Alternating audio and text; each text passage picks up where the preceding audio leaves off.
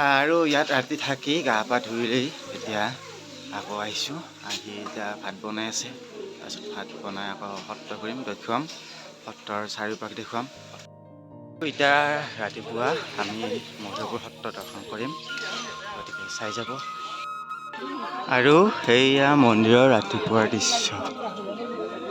বহুতো দৰ্শনাৰ্থী আহিছে ইয়াত।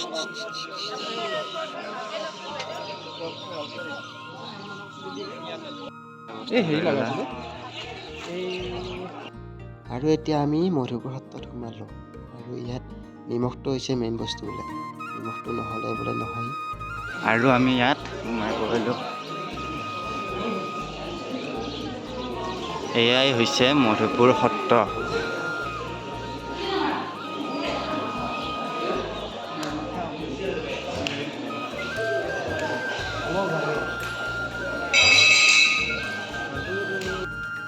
আৰু এয়া হৈছে সত্ৰৰ ভিতৰ ভাগ।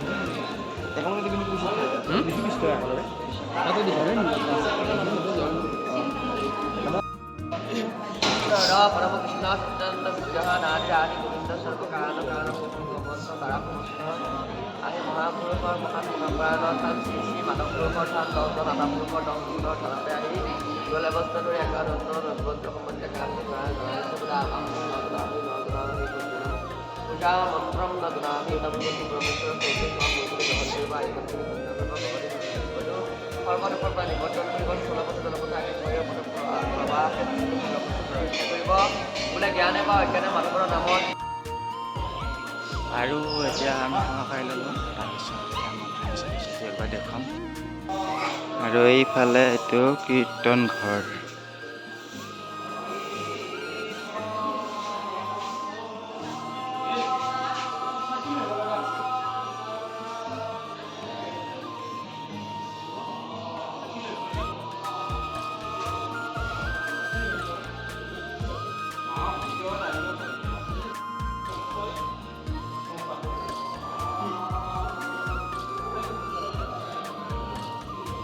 আৰু এই কীৰ্তন ঘৰত আমি এতিয়া চাকি জ্বলাম। এইফালে দেখুৱাই দিছোঁ মই চাকি জ্বলাম।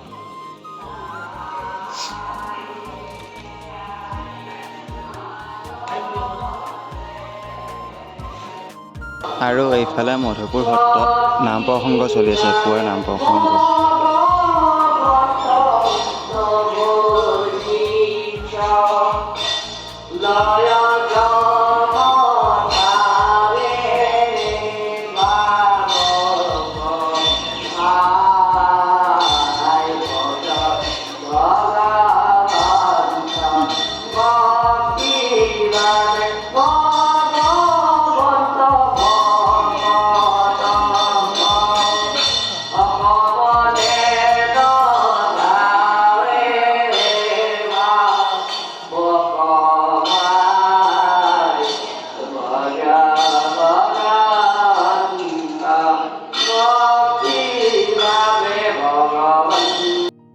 এইফালে শ্ৰীমন্ত শংকৰদেৱ।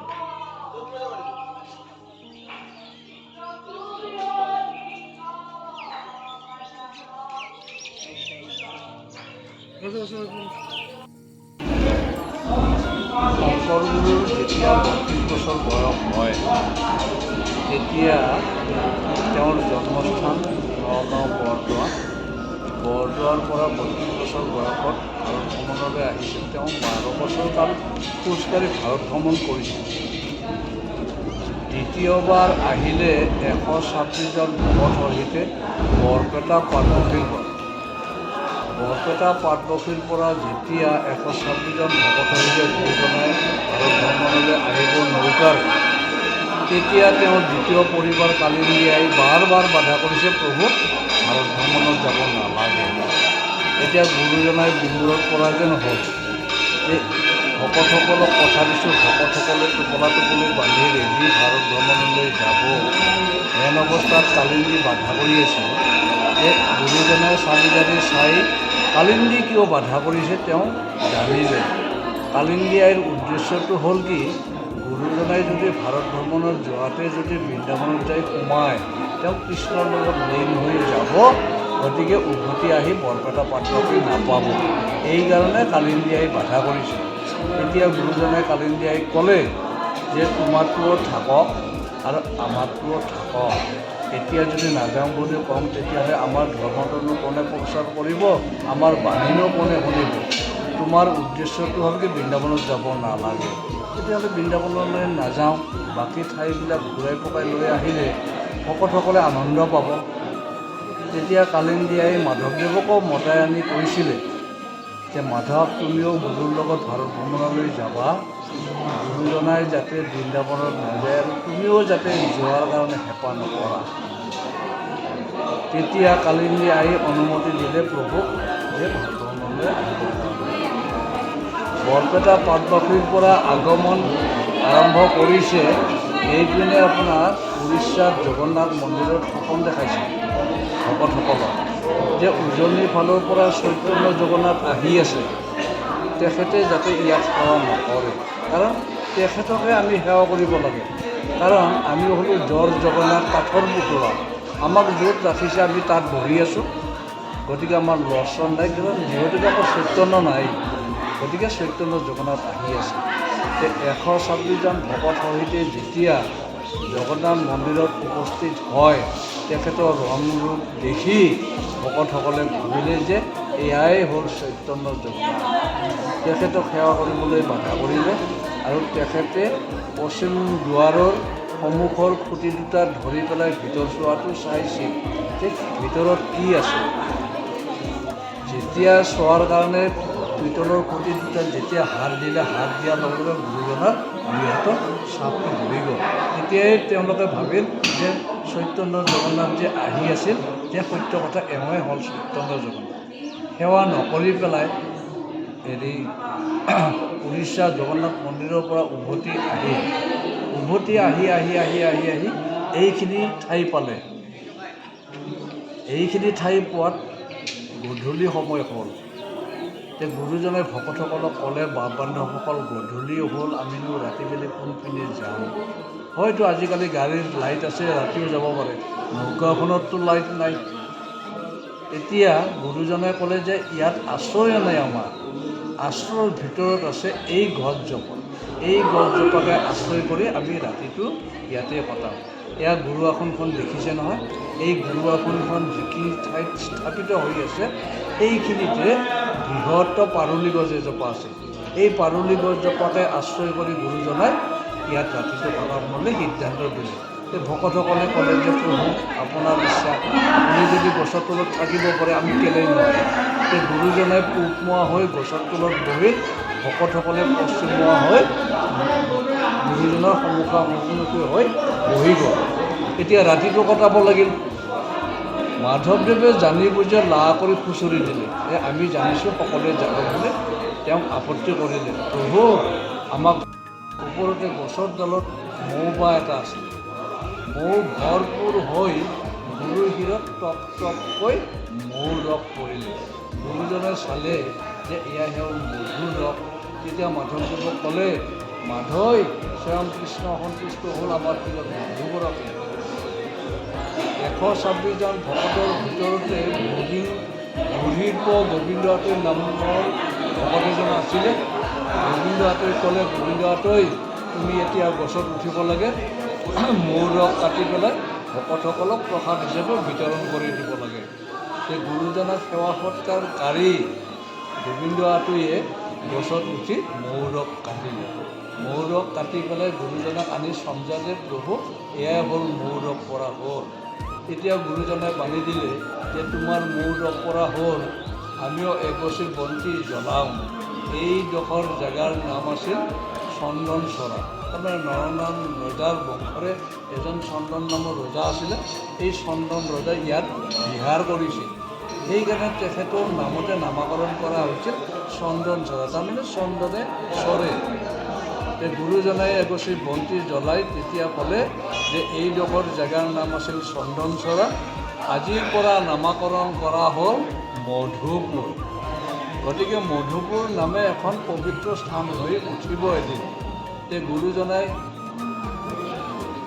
ৰাগ ক্ৰিয়াৰ কথা বৰ্ণনা কৰি মধুপান কৰি ভকতসকলক লৈ আকৌ বৰপেটা পাটবাসীলৈ উভতি গ'ল।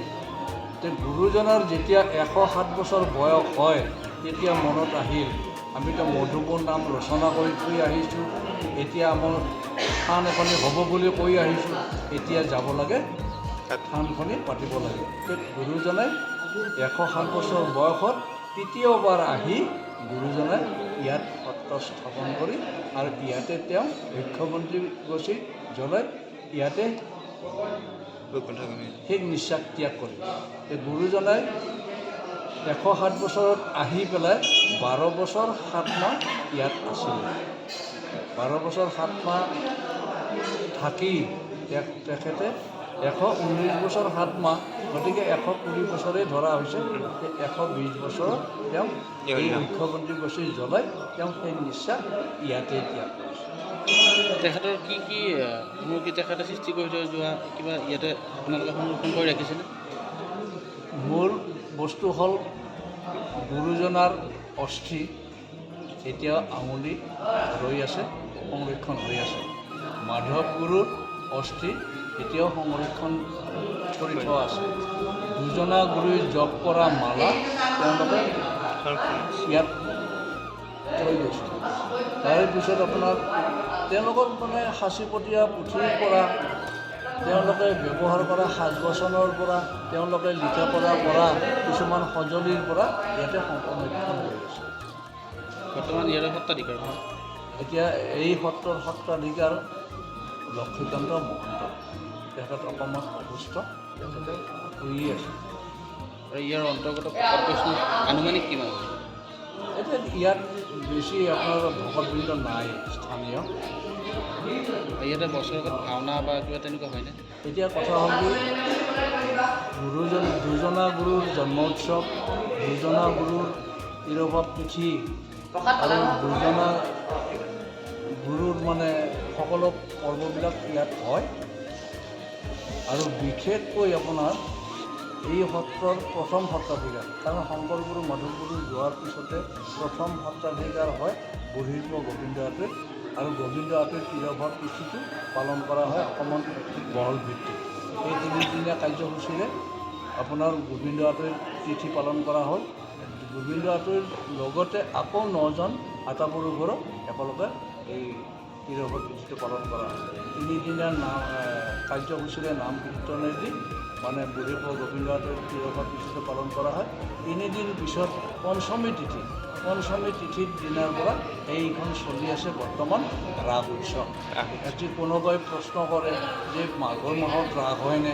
গুৰুজনে যে ভাৰত ভ্ৰমণ কৰি আহি ইয়াত ৰাস ক্ৰিয়াৰ কথা বৰ্ণনা কৰিছিল, সেইকাৰণে এয়া ৰাস উৎসৱ পতা হয়। ইয়াৰে স্থানীয় ৰাইজে সত্ৰৰ লগত জড়িত হৈ এই ৰাস উৎসৱটো পালন কৰে। দৰ্শনাৰ্থীবিলাকৰ সঁহাৰি কেনেকৈ?